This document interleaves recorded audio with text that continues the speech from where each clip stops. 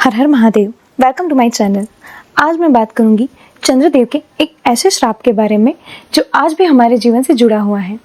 तो चलिए जानते हैं ऐसा कौन सा श्राप मिला था चंद्रदेव को जो इतना महत्वपूर्ण है कि आज भी उसका बहुत महत्व है, और आखिर क्यों महादेव ने चंद्रदेव को अपने मस्तक पर स्थान दिया। ये बात है उस समय की जब ब्रह्मा जी के पुत्र प्रजापति दक्ष पृथ्वी के संचालन में अपना सहयोग दे रहे थे। उनकी 27 कन्या थी जो सभी नक्षत्रों के रूप में जानी जाती थी।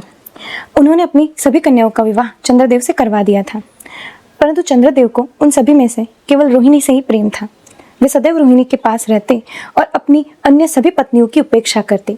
ये सब देखकर उनकी सभी पत्नियां बहुत दुखी हुई और उन्होंने चंद्रदेव की शिकायत पिता दक्ष से कर दी। प्रजापति दक्ष ने चंद्रदेव को समझाया, परंतु वे नहीं माने। इसलिए क्रोध में आकर प्रजापति दक्ष ने चंद्रदेव को श्राप दिया कि हे चंद्र, तुम क्षय हो जाओगे, तुम्हारा तेज लुप्त हो जाएगा।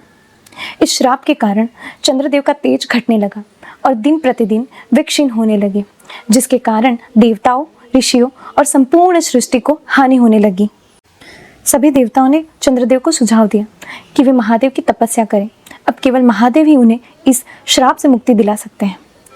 इसीलिए इस बात को मानते हुए चंद्रदेव ने महादेव की घोर तपस्या की और उन्हें प्रसन्न किया।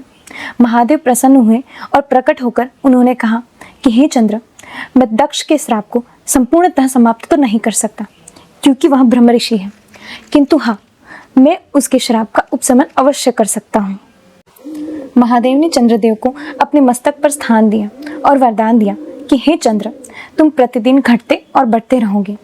एक पक्ष में तुम क्षीण होते हुए अमावस्या तक पहुंचोगे और दूसरे पक्ष में तुम वृद्धि करते हुए पूर्णिमा तक पहुंचोगे।